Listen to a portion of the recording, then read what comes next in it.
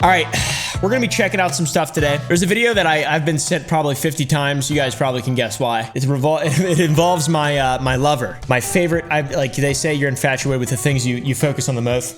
Tammy and Amy. Sunny V2 made a documentary on them. We're gonna watch it. All right. I like this channel a lot. Sunny V2, very talented guy. He pretty much makes documentaries, to be honest with you.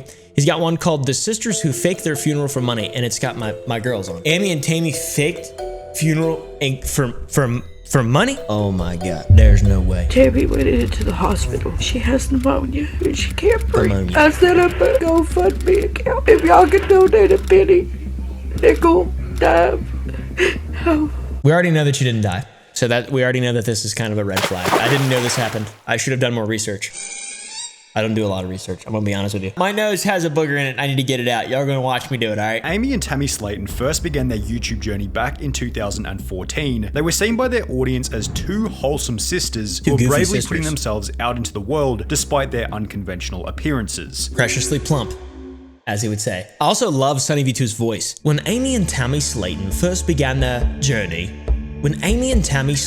whatever, I'm not very good at it. The Slayton sisters would turn their entire audience against them through controversy after controversy, peaking with one of the most ambitious scandals in YouTube history, a GoFundMe for Tammy Slayton's funeral, who hadn't even died. I'm an expert. I would consider myself a Tammy and Amy expert, and I have never heard of this for 1 second. I didn't even know that this was one moment. This was one moment of this happened. I didn't realize they were scammers. I thought they were just dumb. Shit! I thought they just from the country, that's all. If the audience had simply known more about these two sisters prior to the beginning of their channel, each of these controversies could have been easily predicted. For example, back in 2010, Amy would be arrested after shoplifting an $8 book from Walmart. She's 5'2". Take off the socks? You want me to take off the socks? All right. I'm gonna put on the lemon pepper stepper with no socks on. All right, here we go. The way they're meant to be worn. Oh my God, bro. It looks f***ed up. I pull off the color, it's giving me Buffalo Bill vibes. I kind of want to kill I kind of want to, I don't know, I shouldn't do that bit, to be honest. The sisters built an audience through their strong family bond, positive attitude, and ability to laugh at their own shortcomings. We need to lose weight to become skinny. We don't care if you don't like us, we're fat and we love it. Preciously plump is the right word, all right? I mean, this is truly a look into the ancient era of Tammy and Amy, but interesting, because most of that shit's so boring, dude. And also she's smoking, that's not good. They've changed a lot though. That's like really, like they're scammers, but they changed. Right, am I allowed to like them? Am I allowed to like them? Because I kind of like them now. But people appreciated their authenticity. Love that hair. Hey, I'm fat. But don't you call me fat. Why would I want you to call me fat if we're trying to be in a relationship? Come on now, use your brains. And the fact that they were kind of doing YouTube for themselves. It didn't seem like they were trying to impress anyone. Yeah, they used to get a lot of hate for having dirty houses too. And I tried so hard not to show them in my videos and stuff, and then y'all see them. Remember all the fucking cockroaches and shit on the walls? How many of you are there? This apartment? Not a lot. About 20, 30, 40,000. Also, the authenticity, like being honest about being preciously plump. I mean, you don't have to really be honest about that. That's not like being honest about having like a crippling addiction to heroin or meth or something like that. That's like something you can see. If you're not lying about it, then it's just, what is that even? What is that even? Just ignore that, all right? A growing fan base would generally be seen as a positive for most YouTube channels. For the Slayton sisters, it would end up becoming a negative, as it'd be at around the same time that they begin to reach out to their audience for help in relation to their lack of financial security. For example, after achieving 1,000 subscribers on their channel, the Slayton sisters would set up their first GoFundMe, requesting that their audience help them buy an Apple MacBook, with the goal of increasing the quality of their videos. I will say, this is not an excuse, obviously, because like overusing the e-begging thing. I'm not a huge e-beggar. I mean, I'm literally making money as I'm sitting here watching someone else's content. So it's kind of, ironic for me to fucking say that. GoFundMes are always a really weird area of gray for me. And it seems like in that area, Kentucky, where I'm from, Virginia, when you're in like that's just something people do. They just start a GoFundMe. If there's any sort of like, oh my God, my prayers did not come true, I'm gonna start a GoFundMe. I'm gonna start a GoFundMe and I'm gonna see if God can give me $50,000 to pay for this new 1952 Chevy. Okay, like people do them. It's like a culture thing almost. For Appalachians, folk. The audience sends a bit of money through, the sisters get a new laptop, and in return the audience gets a higher average video quality, which is seemingly a win-win for both parties. However, on the contrary, some of her viewers felt as though the Slayton sisters were abusing their power as YouTubers in comments such as, "Delete this, you are going to lose all your subscribers. You're a pathetic lowlife that needs to get off your ass and get a damn job like the rest of us instead of mooching off of us. You are disgusting." Wow. And if I were you, thank God I am not. I couldn't wake up in the mornings. Holy shit, that's the worst comment I've ever seen in my entire life. That is insane. Very, very, very rude. That reminds me of the scene in Billy Madison. Billy Madison when he answers the question and the guy's like, "That was the dumbest thing I've ever heard in my entire life." What you just said is one of the most insanely idiotic things I have ever heard. Just every single facet of how you could possibly respond, that comment responded to and just annihilated them. Amy would shift the blame from herself, stating that her friend was the one who suggested that she make the GoFundMe. Right, it's not her fault. I do not take money very lightly. The whole MacBook thing was not my idea. It was a friend of mine's idea. It wasn't my friend. By the way, would y'all like to meet my new girlfriend? She goes to a different school.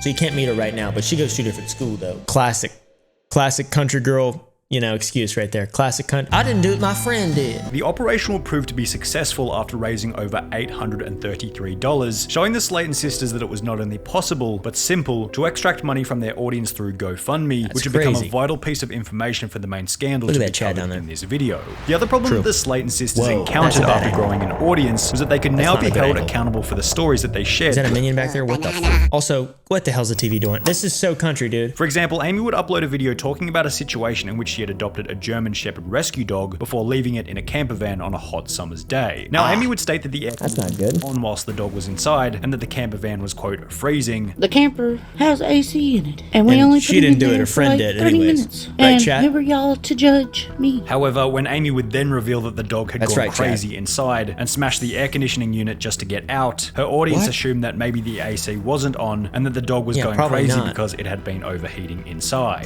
This theory would be supported further after Amy revealed that the dog had bitten her quite severely after escaping from the camper van, leading her audience to believe that the dog was all riled up. So how the f have I never heard of this shit? This is crazy, dude. I don't even like him anymore, alright?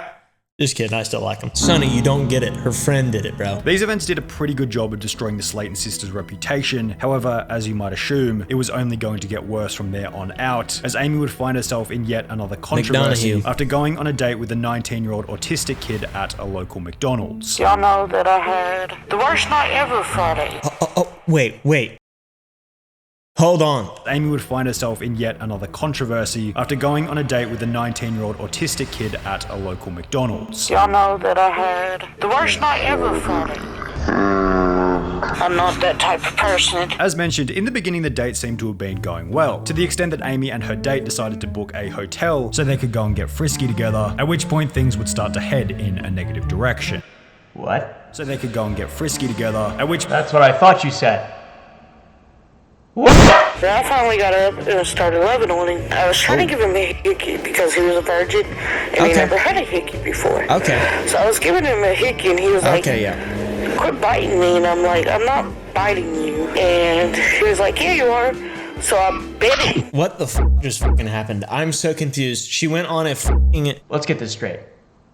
19-year-old, autistic, gave him a hickey. Bit him, made him ran off. What the f is going on, dude? Posting a status written in an ancient hillbilly dialect, which will receive a response from Amy about the size of his penis. Following this, Amy would go on to dialect, which will receive... If a guy tells a woman he don't like something, it means stop all that. He don't like, just like I told this. I don't like biting, but what does she do? She continues like, damn, I said stop all the stupid psychotic. If I don't say I love you back, I don't love you, especially if you keep saying it over and over again. I hate that. Mantra? Like a mantra? I love you, I love you, I love you. F you, Jerry, with your small ass dick. This alone is newsworthy. In a video titled Amy's Toxoplasmosis, Amy would explain that as a result of being legally blind, she had been receiving social security payments. I'm not on disability for... Also, how the f do they look like different people all the time? They look different all the time. Oh wait, I'm on disability. You're on disability? Of my eyesight. It would then be revealed later that Tammy was also receiving disability payments for her morbid obesity, which would result in backlash from her audience, stating that they were rorting the system by receiving money from both the government and their job as YouTubers. In addition to receiving money from these two sources, they also began to make money from selling merch, before many would claim that this was also no fucking way. They sold I Love Sodies. No, they didn't sell that. I pay my bills. My bill paid. That's a fucking horrible sticker. It looks like shit. The merch site was suspicious from the very beginning and read as follows. If you purchase Tammy's merch, you'll be added to a private group chat with Tammy. To purchase, head over to the donate section and donate the appropriate amount, $35 for t-shirts, $50 for hoodies. Then head to the contact section and email us with the email you used to make the purchase. The reason that the Slayton sisters requested for purchasers to donate the appropriate amount became pretty obvious. They're definitely scamming the tax system and sliding money to Tammy so she can stay on disability from what it seems. I support a good side hustle, but this one is super shady. Not even joking. This is normal shit where I come from. People who aren't on welfare, standardly, they literally work full time and they just work under the table. They cash cheese, government cheese, and they also cash their checks. There's people who make like 60 grand a year and have single wife, or their wife, they're not married. They have a kid, they have like up to 3 kids or something. The woman can make like $3,000 a month or some shit like that by not being married and being a quote unquote single mother. And then the husband, like this happens a lot, okay? The tax shit happens a lot. It got worse when fans would come to realize that the sisters hadn't been paying the artists who had completed the designs for the merch. That's what I do to my designer, Rosie. Rosie, I don't pay her ever. I've never paid her ever once. I pay her in shout outs on my Instagram. As a result of this scandal, Tammy's TikTok with over 1 million followers, on which she had promoted her merch, will be permanently banned. However, this still doesn't make it the most notorious controversy in the Slayton sisters' history. That's recent. When she had a TikTok, well, I guess she could have had a TikTok for years now.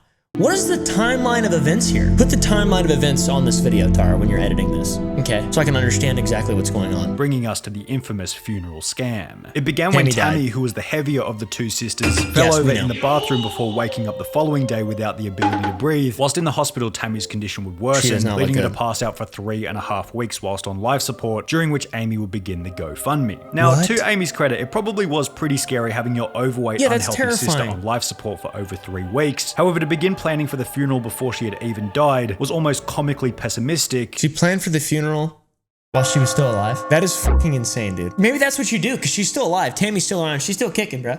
She's still kicking. I'm still kicking. I'm still kicking. I'm Tammy. Whatever demon she unearthed by, you know, whatever fucking sort of sanctimonious action she took. GoFundMe, my sister's, she's dead. All right, well, she's not dead yet, but we need the money for the funeral now. Just to be, you know, we're big planners, okay? The money was to fund Tammy's triple-size extra-large coffin. With Tammy being so big, if something does happen, her coffin is gonna cost them more because they have to triple the size of the coffin. Whilst mentioning that Tammy was on a medical card, however, the amount of money it provided would not be enough to cover the funeral. The GoFundMe itself, which would raise a total of $818, read, "This fund is for if anything was to happen to her, will go to her funeral. If she makes it through this, the money will stay there or go to her hospital bills that insurance won't pay. I won't ask, but I don't know what else to do. Please, please help us, even if it's cents. Thank you and may God bless you." I'll tell you what. With wood costs, $800 ain't gonna get you much of a coffin, to be real. That's gonna get you a tiny little shitty fucking coffin. You're gonna get a quarter-sized coffin for $800. They're so expensive. What's the other one? Which one that people put vampires in? Coffin or a casket? Yeah, casket. That's what the Southerners. What? Sarcophagus.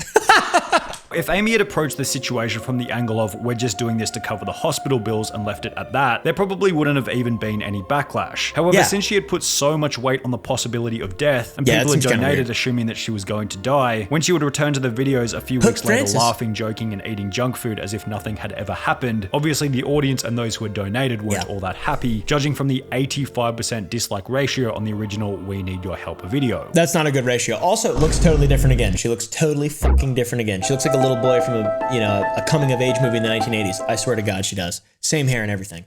Okay, I'm just saying. I'm just pointing out shit. A new question had been created. Where had the money gone? Amy would state that she had transferred the money to her mother to pay for Tammy's medical bills. The money that y'all donated for Tammy when she was in the hospital, I gave it to my mother, who paid bills Very trustworthy. with Tammy's bills.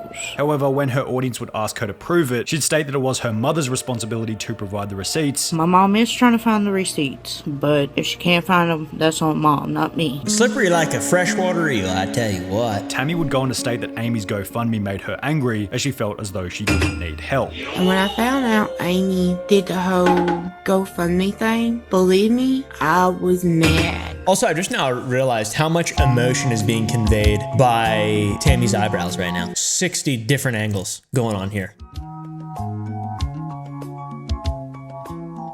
Like they make mine look fucking simple. I'm gonna die. And two, I didn't want help. I, not the person, want to ask for help. The most interesting part about the whole ordeal is that while most disgraced YouTubers simply fade into obscurity as the years go by, the Slayton sisters have managed to remain relevant after rolling their public image into a TLC show titled 1,000 Pound Sisters, on which Amy has since lost over 100 pounds, has gotten married, had a baby, and is looking healthy compared to her early days on YouTube. Who the fuck is that? That person right there looks like they're straight from Nilbog.